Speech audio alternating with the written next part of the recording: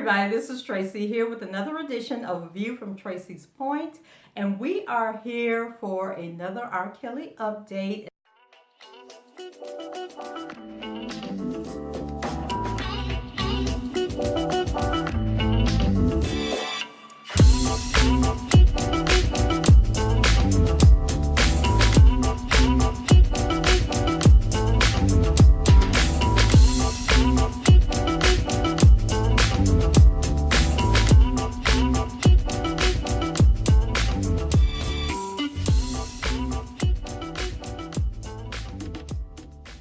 We are here for the R. Kelly series, and this is part 14, and this will be an update video of what's been happening in the news over the past week. A good thing that R. Kelly himself, that nothing bad has happened or anything, but this is just things that are sort of related to his case that came out. Guys, don't forget to like the video and leave your comments as you're watching. I do engage with the people that comment on the channel. I respect everybody's opinion unless your opinion is offensive and you're calling people names, and then at that point I will hide your comments from my channel. But if you can say what you have to say without being rude or disrespectful, I do appreciate your comments. So let's go ahead and get into this video. We're going to start with Kim Foxx, state prosecutor, state attorney, whatever she is for Cook County. You guys know that she dropped the charges against Jussie Smollett.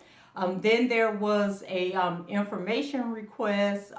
Steve Greenberg, who is R. Kelly's attorney, as well as several reporters, had put in information requests to see text messages and communications regarding the Jussie Smollett case. That's what the reporters were asking for. Steve Greenberg was asking for communications between Kim Foxx and Michael Avenatti. So Michael Avenatti was extorting or trying to extort money from Nike to remain quiet about what he claims were alleged payments to this AAU team in Los Angeles.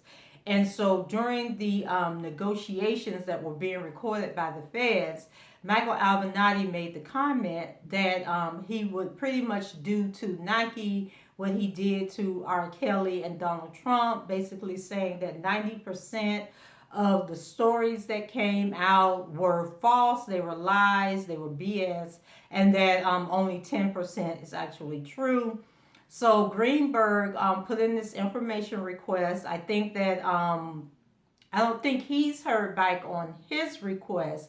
But then when Kim Foxx dropped the charges against Jussie Smollett, the media requested communications because, Kim Foxx indicated that she had recused herself because she had a personal tie that was related to Jussie Smollett. Well, she felt she could be fair and balanced, but she felt that it was a conflict of interest once it came out that she knew these people, that Michelle Obama knew someone that was related to Jussie Smollett, and that they had contacted her and asked her to make this case go away.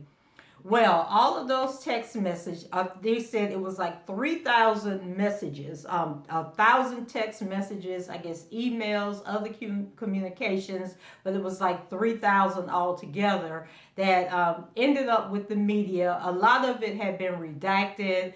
Some of it was under sealed documents saying that they couldn't see the information. But what they did get, they started to submit and post on Twitter. And so this was one chain of text messages that Kim Foxx had with her assistant state attorney who took over the case or was in charge of the Jussie Smollett case. And this is what they had to say. And this was basically after she had recused herself and shouldn't have even been involved with the case, shouldn't have been talking with anybody in the case. She says, "So I am recused, but when people accused of overcharging cases, 16 counts on a class 4 felony becomes Exhibit A." So Foxx said to send text message to First Assistant State's Attorney Joseph Maggots on March 8th. And she sent the message on the same day a grand jury indicted Smollett on 16 felony counts, accusing him of faking a hate crime against himself. And so then it goes on to say, for 4 victims, 10 counts, referring to R. Kelly, because we know that he has 4 victims and 4 alleged victims, and that there were 10 charges total. So then she goes on to say, washed up celebrity who lied to cops, 16 counts, referring to Jussie Smollett. And then she says, just because we can charge something doesn't mean we should. Now, keep in mind that the number of charges, whether it's R. Kelly or Jussie Smollett, is really irrelevant, because basically what prosecutors do is they load on these charges so that the jury can have options on what they want to. Because, you go in, say it's a first-degree murder case, and you go in and you hear the testimony and you believe that the person really did kill the other person, but the reason behind them killing the person and what actually happened that led up to them killing the person may not rise to the occasion of first-degree murder, because first-degree murder is premeditated, meaning that you thought about it, you had ample time to change your mind, and you chose not to. So what they'll do is they'll charge a person with first-degree murder, second-degree murder, third-degree murder, and maybe even manslaughter. And then that gives the jury the option to say, okay, we believe that they killed this person, but under the circumstances, they really should only be they are guilty of manslaughter and not first-degree murder. So the fact that Jussie Smollett has 16 charges against him, and I believe what caused the 16 charges was the fact that they charged him for every lie that he told. So with every lie that he told, he had the opportunity to tell the truth, because they kept reaching out to him, they kept contacting him. So every time the police contacted him, he had the opportunity to say, you know what, I lied, let's stop this. This is what really happened. And because he didn't do that, and because he allowed them to continue on this manhunt looking for these alleged assault victims, and then even after they told him that the Nigerian brothers had come forward and told what really happened, Jussie continued to tell the lie, and that is why he was facing those 16 charges. So it has nothing to do with R. Kelly. It has nothing to do with the victims. It has nothing to do with the charges against R. Kelly, because she was the one that brought the charges against R. Kelly. So evidently, the case and the evidence that she has wasn't strong enough for her to get more charges or to get higher charges against him. So don't blame Jussie or the police that worked on the Jussie case, because you weren't able to build a strong enough case against R. Kelly.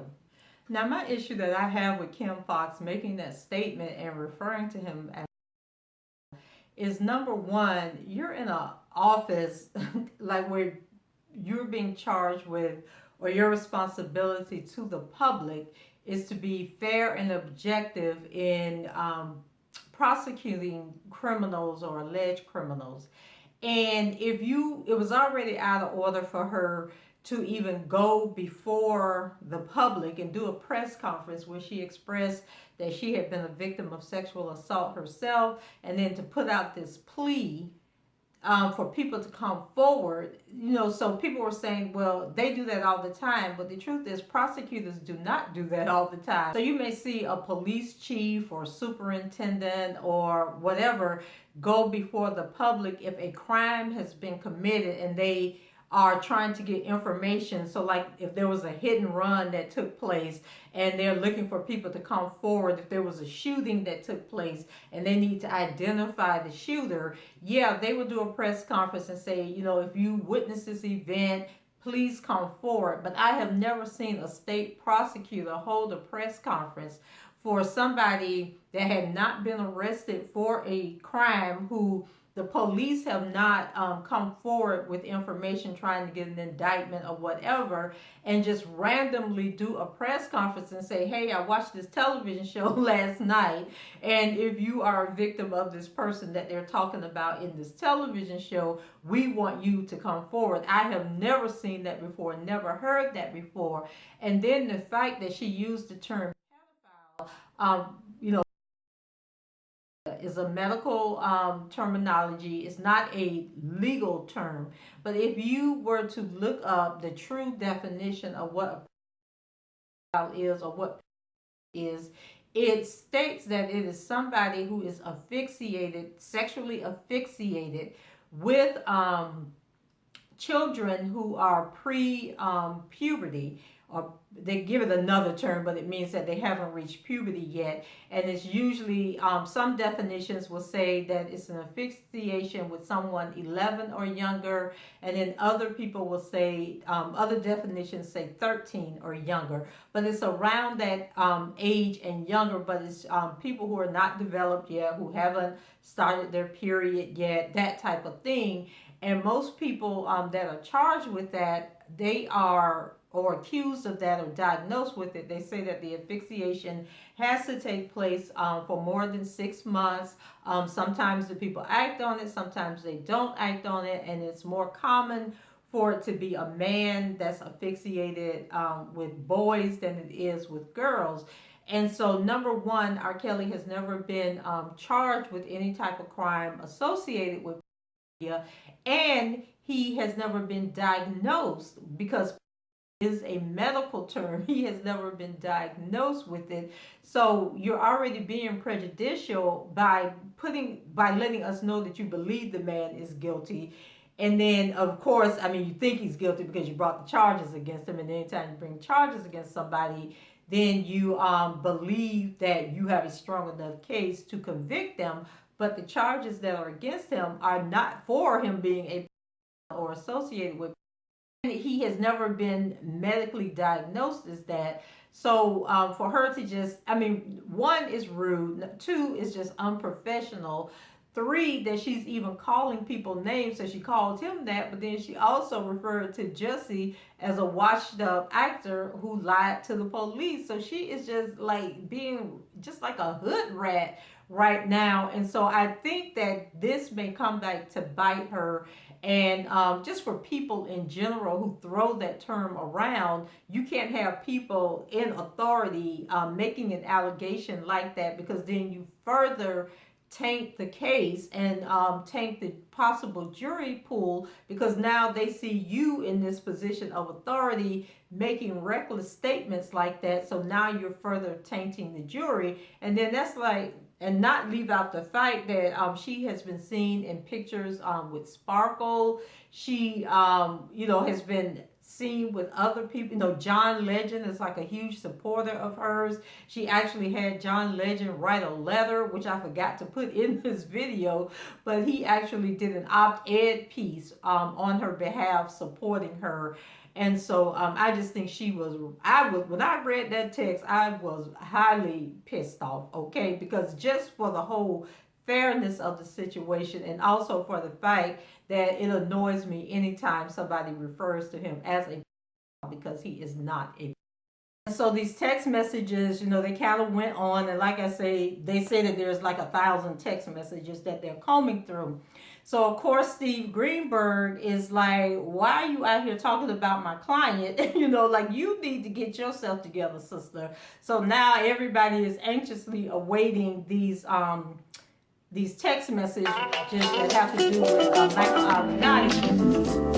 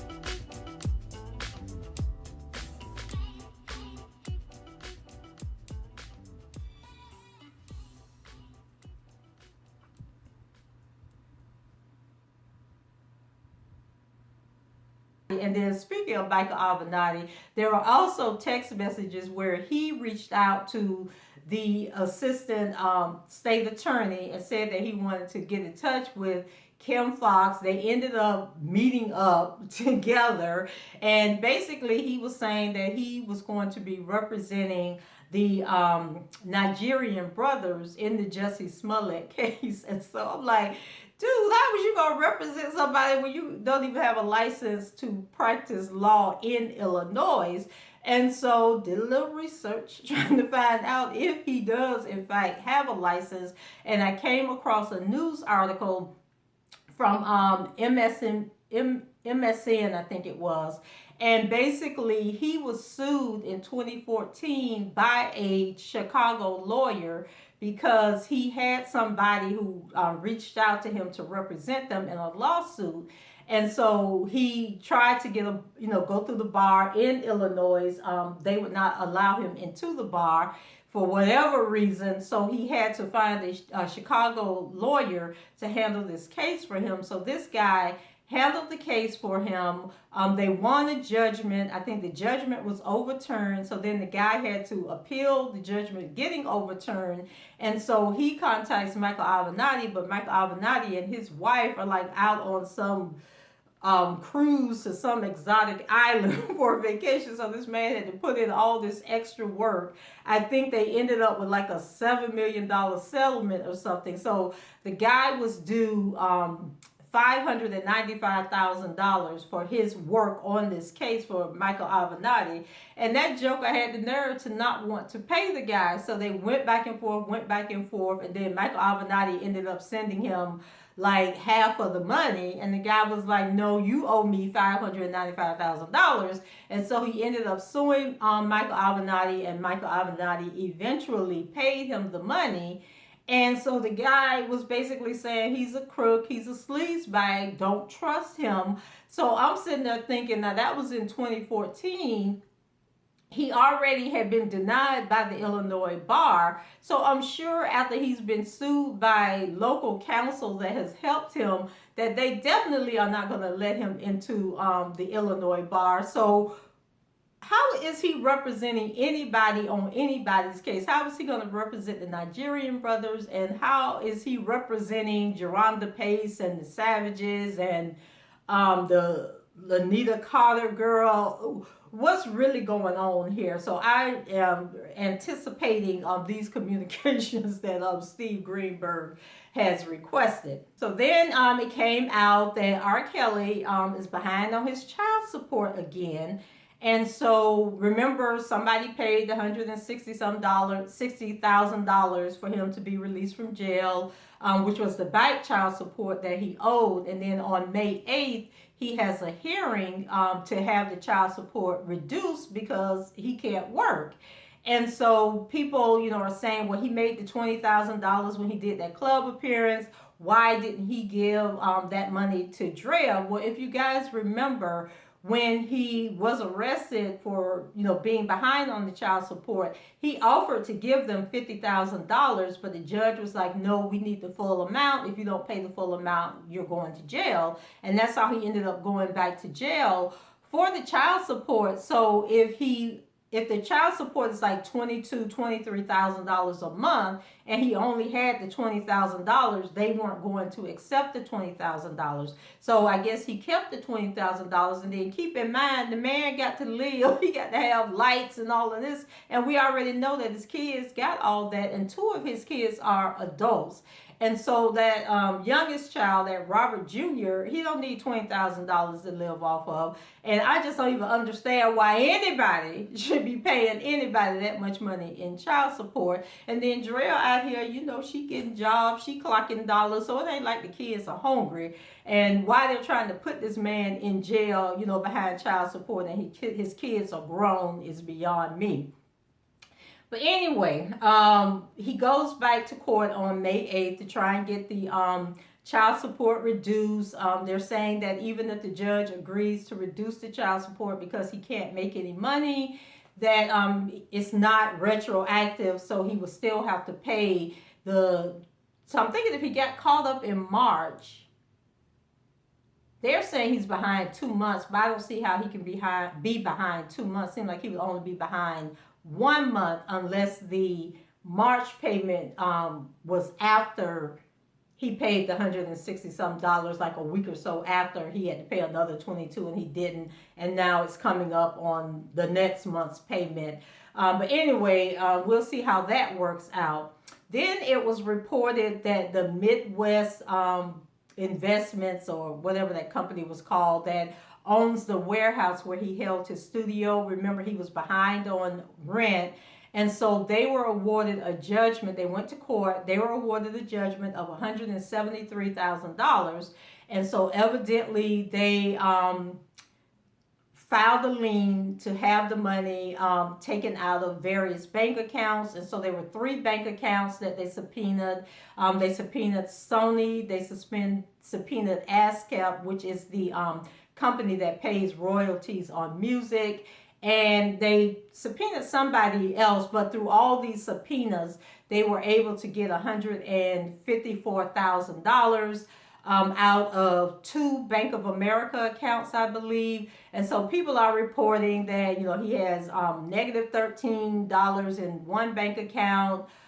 They totally wiped out one of the Bank of America accounts, and then they're claiming that there's only $625 remaining in another account. And so now they're claiming that all this information was in court documents where the Midwest people sued him, but I'm not too sure about that. I'm thinking that Bank of America, somebody at Bank of America is obviously accessing R. Kelly's bank accounts and putting out this information. And I think that Bank of America needs to do like that hospital did in Chicago when the people was accessing Jussie Smollett's medical records and leaking it to the media. I think that Bank of America need to go and find out every employee that has been accessing R. Kelly's bank account, because remember, nobody knew R. Kelly had a bank account at Bank of America until R. Kelly said he had went to Bank of America to for the first time during that Gayle King interview. And so I'm thinking at that point, employees for Bank of America started checking his account, and that they are leaking this information, and then they would be able to say, yeah, this money was garnished. Now, I know people that have had money garnished from their bank accounts, and typically when a bank gets a court order to garnish your bank account, they adhere to the court order and give the money to the creditor or to the courts to pay the creditor, and then they will close your bank account. So the fact that they're saying that R. Kelly has $625 in one of his bank accounts is a little suspect to me, because that bank account should have been closed and $625 sent to R. Kelly. And why would he have $625 remaining in the bank account if the judgment was for $173,000 and they only gave him $154,000? That doesn't make sense. They would have gave him all the money that was in the bank account. And then the other weird thing about that story is they're saying that the ASCAP people say that they currently have no money holding this payable to R. Kelly, and I believe that his payments are they're set up biannually, so every 6 months he gets his payments. And so if they had just sent the payment when it was confiscated from the bank account, then he's probably not due any money for another 6 months. They probably haven't done the reporting and all of that. And then Sony, I don't know what Sony said, but people think that Sony is working against R. Kelly. But I think that I would love to see, and I've said this before, I would love to see the contract from the when he did his exit from Sony, when they allegedly dropped him. I would just love to know what that contract said in terms of his royalties, his buyout for his final 2 albums. I would just be interested in knowing all of that. I wouldn't be surprised if Sony is holding money and paying bills for R. Kelly, because it's a mess, y'all. It is a true mess. So, we'll see. Oh, and then also in regards to the finances, I was reading an article that was on, I think, MS, what is it called? not MSN, MNBC. I don't know. Y'all know me when it comes to these articles. I be reading so much stuff and then be forgetting to save the links and everything. But anyway, they were talking about R. Kelly and the Trump Tower. Now, if you guys, people were saying that he rents his condo at Trump Tower, but according to this article that I was reading, and I think it was MNBC, and they were basically saying that they talked to someone who is a realtor for Trump Tower or agent for Trump Tower or does a lot of deals for Trump Tower. But basically they say that none of the condos at Trump Tower are rented or leased. They are owned by the resident owned. You buy these condos. And basically they said that a 1-bedroom starts at $350,000 and a 3-bedroom starts at $3.5 million. And that if R. Kelly is living there, he either owns that condo. They don't know if he has a mortgage on it, like he's paying a monthly mortgage, but he would have to be an owner unless somebody else bought the condo and then is leasing the condo to him, but they don't have rent lease agreements. So that shouldn't be taking place, that it actually should be his condo, and that the people in, that run Trump Tower would know if he was living there and didn't own the building, so on the condo. So that was an interesting story, and it was interesting because Angelo Clary, Azriel Clary's father, he did a video on Instagram where he declared that R. Kelly's condo is in Azriel's name, and that, if he goes to jail and they get evicted, then she's going to be $100,000 in debt because of this condo. So I don't know where he was getting his information from, but it seems to be another lie that he has told. So then we move over to Sparkle. So Sparkle, they're doing their best to keep this story in the news, to try and keep these women relevant, because a couple of weeks ago, Variety did some women's empowerment luncheon and had Asante McGee, the Kitty Barnes, Lisa Van Allen. They were the guest speakers. They got a standing ovation. And I'm just like trying to imagine this room full of rich white women actually taking these hookers seriously when they up there talking. And I'm just like, child, this Me Too movement is a mess. But anyway, so Sparkle was interviewed by the New York Times Magazine, and basically she's saying that if she's called to testify at R. Kelly's upcoming trial, that she don't want to do it. She really don't want to do it. But if she have to, she will go up there and she gonna tell her story again. She gonna identify her niece again in this new video that nobody seems to have seen but Michael Avenatti and CNN. And she's gonna do her civic duty. And so she says that her family, has stopped talking to her again. And she said that she had just started mending fences with them. And then I think she said that her mother, like a week after her mother died, her mother had dementia and she died. And then a week later or something, they started running the advertisements for the Surviving R. Kelly reality series. And that her sister called her and was like, girl, you at it again. And so they say, why don't you just let it go? But she said she can't let it go. So now the family isn't talking to her. And so this New York Times article was a real fluff piece. It was a very, very, very long article. It was painting her like she's an angel, like she is, a victim of circumstances. And so in the article, she says that she met R. Kelly in 1989, and a few years later, she says she was singing backup on an album he was producing, Age Ain't Nothing But a Number, by the singer Aaliyah, and that the album title would soon take on a sinister cast. The year the record was released, a 27-year-old Mr. Kelly reportedly married Aaliyah, who was 15. The marriage was annulled. Then it says that Aaliyah died in a plane crash in 2001. So Sparkle said that at the time she thought talk of the marriage was a publicity stunt, And how could anything like that happen when Aaliyah's parents and her uncle, who was R. Kelly's manager, was always around? Still, she continued to work with him. So then in 1996, Mr. Kelly changed Sparkle's life. She was at a big retirement party for her father when Mr. Kelly called and asked her to come down to his studio in the River West neighborhood of Chicago. Down she went in a long black gown and heels, and when she arrived, she started recording what would become her own debut album, Sparkle. She spent time recording at night and went to work during the day at Sports Channel Chicago as an assistant engineer. Now, I thought the public announcement people, who was it, Dre, whatever his name is, said that Earl came to him and said he wanted him to talk to R. Kelly about working for Sparkle, and that R. Kelly had Sparkle locked up in the studio for 30 days straight. So I need y'all to get y'all stories together, because Sparkle said she was coming, that she started in her black gown and heels after she left her daddy party and started recording this album, but then she could go to work at Sports Channel Chicago.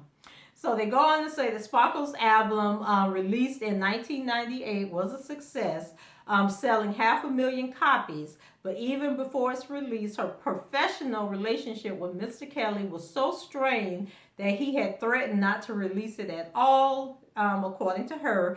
And by the time they started working on her second album, it was untenable. So according to Sparkle, he was trying to now be really controlling. And I see that now, but I guess she didn't see it back then. And she says that you're not going to do that with me. So Sparkle said that she asked to be released from her contract and he let her go.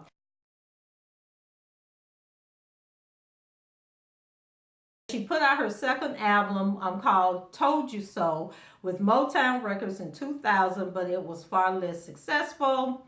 And then, of course, the article included talk about the song We Are Ready, which hasn't done well, I don't think so. And then she's releasing an EP this summer called Obstacle Course. But, oh, they talked about her growing up. They had pictures of her standing in front of her home. They interviewed her new boyfriend slash manager, and how he said that he called her Miss Jenkins. Remember from the show Living Color, and the lady would be sitting in the window talking about, I ain't the one to gossip and better not know about it, talking about Miss Jenkins. So he said that Sparkle is his Miss Jenkins. So, child. So then we move over to Jim Derogatis. You know, he's the former Chicago, was it the Sun-Times or the Tribune reporter who has been obsessed with R. Kelly for almost 30 years. So he was on, I came across a PBS interview that he did on Chicago Tonight.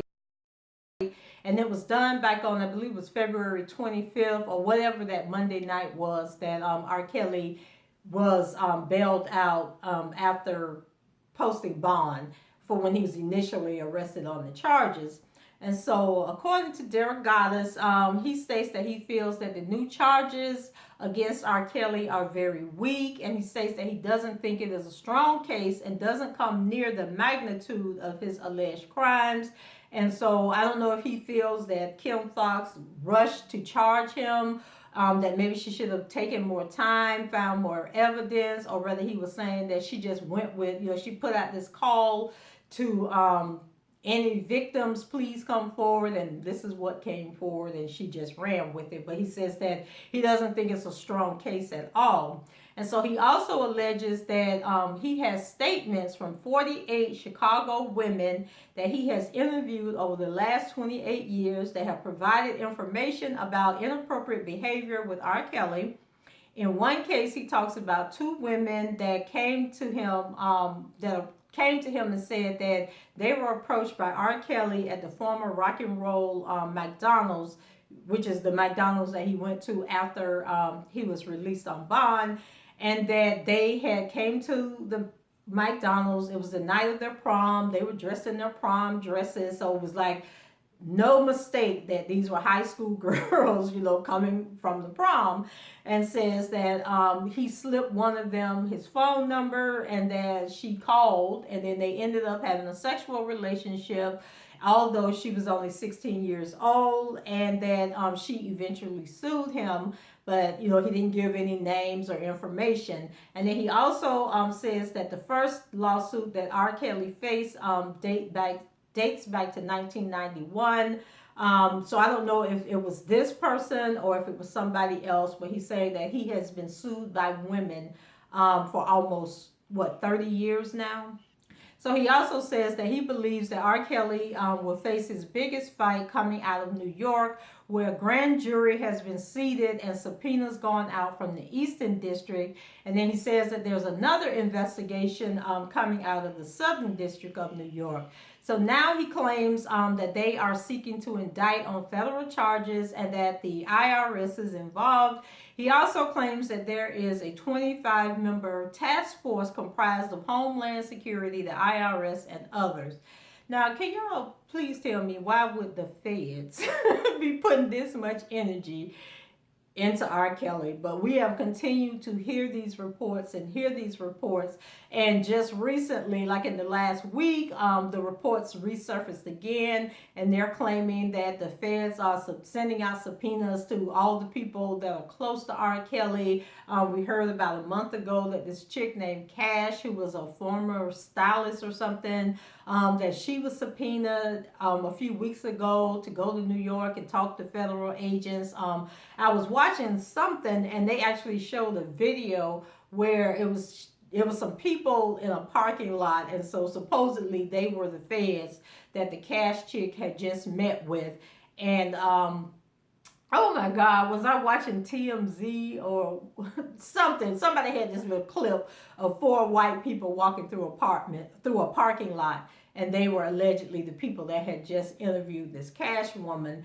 I'm thinking that if this really is an investigation going on, because remember, this interview with the Jim Derogatis guy was back on February 25th, and I'm thinking that the feds rolled in and pressed charges against Michael Avenatti in a matter of 2 weeks. So why is it taking 2 months for the feds to put this investigation together? And why would the IRS have to work with this task force that they have going on? But I don't know. We'll have to wait and see about all of this. And like I said, keep in mind, the interview was from February 25th, the day R. Kelly was released, and was posting bond. And I just find it interesting that Derogatis, he criticizes Kim Foxx and claims that the feds told him, which we know is a lie because the feds ain't about to be talking to no reporter, told him that they aren't receiving cooperation from officials in Chicago and that that's what's hindering their progress. But I thought it was interesting that he claimed he got all this documentation for 48 women, but he ain't mentioned that he turned that information over to the feds because he said that a lot of the women didn't want to be identified. But I'm thinking that the feds know you got this information, they can subpoena you to get that information regardless of what these women said to you about not wanting their identities revealed. If the feds are that serious, they can get that information from you. So the host of the show, his name is Phil something. I meant to look it up to get the full name. But he's an older white man, and he was sitting there looking at Derogatis like, like he was so disinterested, that he thought all of this was unbelievable, that he was just amazed that this man has spent 28 years of his life on this R. Kelly situation and nothing has come of it. And then when he asked Derogatis, well, what do you think is the issue? Like, why do you think nobody's paying attention? Then he gave the famous keyword, because they're black women, because they're black girls, and nobody's looking out for black girls and black women, and that's why this has been allowed to go on. And I'm just like, child, y'all just doing too much for me. So what else? Bruce Kelly, R. Kelly's brother. I have been wondering what Bruce was locked up for. Well, Bruce getting ready to go to trial next week, y'all. So let's pray for Bruce. And Bruce was in there on some what did he say? Auto theft charges or something crazy. But he said that when his little brother came to jail, both times he didn't get to see him either time. He just heard that he was in there. He said he supports R. Kelly, that he believes that all these women are lying. He say he know his brother got a little freak in him, you know, that he love him some sex and may even be a sex addict, but he doesn't think that he forced anybody to do anything and that these women just trying to get some money. And then he talked about the other brother, the Carey brother, and was saying that the Carey brother is speaking out against R. Kelly because he's mad because R. Kelly fired him or something. I guess Carey used to work for R. Kelly, and R. Kelly fired him for some reason, and that Carey is upset, and that's what, you know, the reason that he's doing all of this. Then Jerhonda Pace, y'all. Jerhonda says she having a 26th birthday party tomorrow night. Is it tomorrow? The 19th. What's the 19th? That's tomorrow. So she says she's having her 26th birthday party. So I said 26. Now Jerhonda said that she met R. Kelly 2 weeks before her 16th birthday. I know that's what the girl said. That she was 15 years old. She was going to be 16 in 2 weeks. That she was with him for a year. And that she showed him her ID, you know, let him know she was underage. It was only 16 years old. Now, y'all do the math. Shouldn't, if all that was true, shouldn't Jerhonda be turning 27 tomorrow? Because the trial was in 2008, right? And so if she was 16 in 2008, plus 10 years, she would have turned 26 in 2018, right? So Jerhonda, you're a little off. And so then I was watching a interview with this guy named Dana J from the YouTuber Phases the Next Level, and I'm actually going to do some recap videos, like giving my assessment on these interviews that she's doing over there. There's some very good interviews, but there are people that used to work for R. Kelly. They've got, you know, they've come out to speak in favor of R. Kelly and to tell their versions of the truth of what happened. And so very interesting interviews. But she interviewed this guy named Dana J. So Dana J said that he used to work for the Bill Cunningham show, and that he worked for the Bill Cunningham show when Jerhonda was on there. And that show aired in 2011. And I'll drop the clip in here for y'all who haven't seen it yet. I'm on the Bill Cunningham Show. What are you doing? I'm doing what I have to do. A sister and her secret life. If you don't stop today, I'm gonna take my little niece and I'm gonna wash my hands to you. That's it and that's all. It dropped in 2011. Her sister had brought her on the show because the sister wanted her to stop prostituting and come get her child and take care of her child. Well, according to Dana J, Jerhonda had to fill out some paperwork before she could go on that Bill Cunningham show, and she had to show some identification when she went on that show. And that according to her identification, she was 17 years old at the time. So I said, okay, that was 2011. Minus 3 years would have been 2008. Minus 3 years, she would have been 14 in 2008.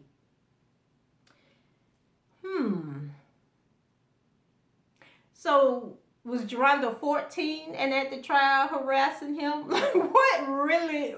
I am so confused with these stories that have been coming out. And where did the baby come from? Because when she have to have been pregnant for 9 months, who did she have the baby from? Where is the baby now? How old is the child? Like the child 2011, 2019, that's 8 years. How old is this child? She would have been pregnant for 9 months. So is the child, I'm confused. How old is this little girl? Where did this little girl come from? Where is the little girl? We need to know. We need some answers. More importantly, we need to see Jerhonda Pace's official birth certificate so we can get to the bottom of this situation. And then the last thing that I had was I came across this video of John Legend from, I think it was in 2010 or 2011 or something, when he actually had a singing career. And he was in Amsterdam and he was performing, and he had a white shirt and some white pants, and this girl came up on the stage and she was grinding on John Legend so dang on hard that he had a hard on. He had an erection. And so I'm sitting there saying to myself, now you out here dogging R. Kelly, talking about R. Kelly and carrying on, but look like you had some little slutty moments going on your own self, Mr. John Legend, that you need to be concerned about. And I'm going to find that video and drop it in here for you guys.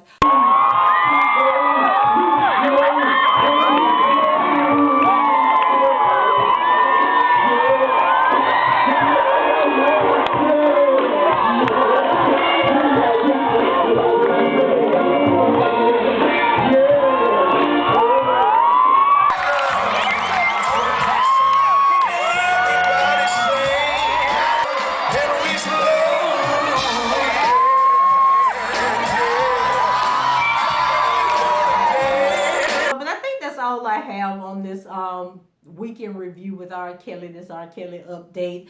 You guys leave your comments below. Let me know what you think about what's been going on, this stuff that just keeps coming out, how they're just working overtime to keep this story in the news cycle. And you remember with the last trial drug out for 6 years, 7 years. So I don't foresee that happening this time around, but it may be another year or so before R. Kelly actually goes on trial. If it makes it that far, how are they going to keep these stories I just don't see this going on and on and on until that trial takes place. But they are trying their damnedest to keep the story in the news. So anyway, I read the articles, I watch the videos, so you guys don't have to. So I can bring you these quick recaps. But anyway, leave your comments below, rate the video, subscribe to the channel if you haven't done so already. And until the next time, I shall talk to you guys later. Bye-bye.